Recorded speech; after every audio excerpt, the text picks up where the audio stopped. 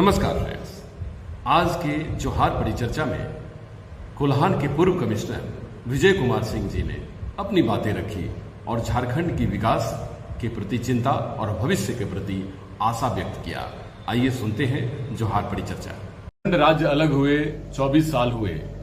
जब अलग हुआ था तो यहाँ सरप्लस बजट था और नेचुरल रिसोर्सेज को ग्राउंड बनाकर कहा जा रहा था कि झारखंड अब इंडिया राज्यों के श्रेणी में आ जाएगा, तो वो हुआ नहीं।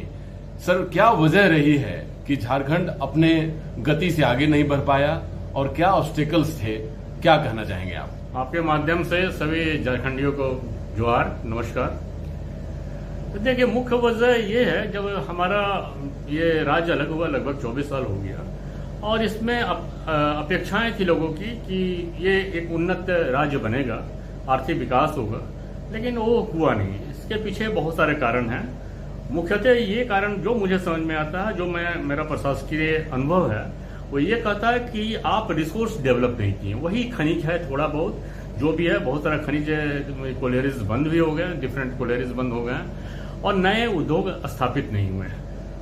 और इसके अलावा ये होना चाहिए था, देखिए टाटा स्टील उस समय भी था, आज से 50-100 साल पहले, एचईसी उस समय भी था, बोकारो स्टील उस समय भी था। कोई मेजर इंडस्ट्री बना नहीं है। मेजर छोड़ दीजिए, जो आप आदित्यपुर यहाँ छोटा सा देख लीजिए, इंडस्ट्रियल टाउन है और वहाँ जो एंसिलरीज हैं उसमें ज्यादा बंद पड़े हुए हैं। तो बहुत इसके पीछे कारण है।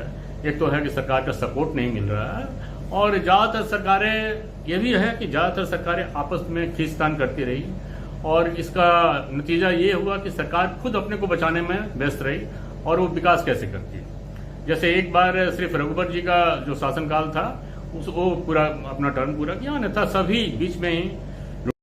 रही बात आर्थिक विकास की, तो आर्थिक विकास के लिए इस राज्य में जल, जंगल, जमीन और पहाड़ ये भरपूर है। नेचुरल रिसोर्सेज यहाँ भरपूर है और इसका पर्यटन में हम देखते हैं कि पतरातू छोड़कर एक भी नेशनल लेवल का आपको टूरिस्ट प्लेस नहीं है, जबकि बहुत सारे होने चाहिए थे। नेतरहाट होने चाहिए, नेतरहाट में कुछ नहीं है आज की स्थिति में, इतना अच्छा प्लेस है। किरीबुरी में होना चाहिए, वहां नहीं है।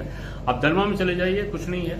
सिर्फ जाने का रास्ता बिल्कुल अच्छा है, वहां लोग काफी जा भी रहे हैं, लेकिन बहुत बड़ा इन्फ्लक्स हो सकता है, रिसोर्स बन सकता है। आप कोल्हान की बात करें, इसी तरह से बहुत बड़े बड़े डैम्स हैं, हिल्स हैं, जहां पर आप विंटर वेकेशन, विंटर का आपको वेकेशन के लिए, जैसे अभी हम लोग के लोग जाते हैं या पूरे इंडिया से लोग जाते हैं नॉर्थ के पहाड़ों पर या फिर साउथ के पहाड़ों पर जाते हैं, लेकिन यहाँ भी आ सकते हैं यदि अच्छे तरह से इसका प्रचार प्रसार हो और इंडिपेंडेंट हाथ में दिया जाए। टूरिज्म को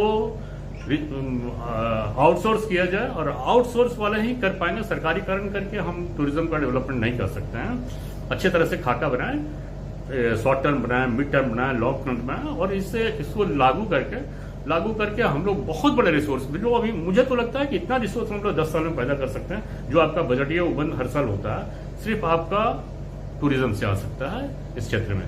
तो इस पर जो भी सरकार है ध्यान देने की जरूरत है। जैसे आपने कहा कोऑर्डिनेशन की कमी रही विभाग में, सरकार में, तो अकाउंटेबिलिटी सर कहीं फिक्स नहीं हो पाती कि किसकी वजह से झारखंड राज्य जो है, या खासकर अगर बात करें तो झारखंड राज्य में एक जमशेदपुर में एक व्यवस्था है जेएनएससी का, तो जेएनएससी में लगातार देखी जा रही है जमशेदपुर में कि लगातार अनियमितताएं सामने आ रही हैं। हाई कोर्ट भी अब इन्वॉल्व हो गया है और अपने डिसीजन से जेएनएससी को बहुत सारे दिशा निर्देश जारी किए हैं। तो सर क्या कहना चाहेंगे इस विषय को? बिल्कुल बिल्कुल। देखिए, जैसे कुछ चीजों के लिए एसओपी, नरेगा एक ऐसा है, मनरेगा जिसे भी कहते हैं, उसमें एसओपी बना हुआ है और एसओपी के तहत उसमें नॉर्म्स बना हुआ है कि ये होगा तो ये सजा होगी, ये होगा तो ये होगा। उसी तरह हर पदाधिकारी और हर जॉब के लिए अकाउंटेबिलिटी फिक्स होना चाहिए।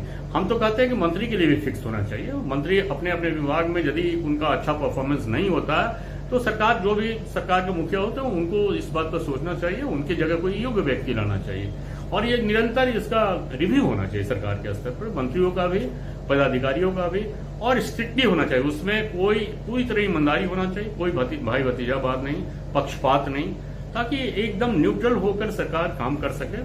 और सबसे बड़ी बात यह है कि ईमानदारी होनी चाहिए। यदि सरकार ईमानदार ऊपर में है तो नीचे में स्वतः लोग ईमानदार होंगे और ईमानदारी का फल ये होगा कि जो पैसे अभी आप देख रहे हैं ईडी का रेड हो रहा है, कितने पैसे पकड़ा रहे, उस जनता के पैसे हैं ना, और उस जनता के पैसे का लूटमार होता रहा है झारखंड में। आज से नहीं, जब से झारखंड बना, झारखंड बनने का पूर्व से भी होता रहा। तो ये लूटपाट कैसे बंद हो, इसके प्रति सरकार को सोचना पड़ेगा और सरकार के मुखिया या अन्य जो भी वरीय उसमें मंत्री हैं उन सबको विचार करना पड़ेगा कि इस झारखंड को हम कैसे आर्थिक विकास इसमें यहाँ आए, इसके प्रति संवेदना रखनी पड़ेगी, यहाँ के लोगों के प्रति रखनी पड़ेगी। जहां तक अकाउंटेबिलिटी की और जेएनएससी की आपने बात कही, इसमें हाईकोर्ट इन्वॉल्व हुआ है, बिल्कुल सही है, और हाईकोर्ट के आदेश पर ये टूट रहा है।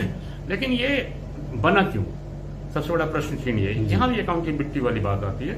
और अकाउंटेबिलिटी यदि रहता, फिक्स रहता, आज भी यदि अभी खोजा जाए कि किसके पीरियड में वो अंडरग्राउंड में रेस्टोरेंट चला या कुछ भी व्यावसायिक प्रतिष्ठान चला, तो ये किसके पीरियड में हुआ, उस पर कार्रवाई हो, ये होना बहुत जरूरी है। जब तक अकाउंटेबिलिटी फिक्स नहीं होगा तब तक निरंकुश पदाधिकारी का राज रहेगा।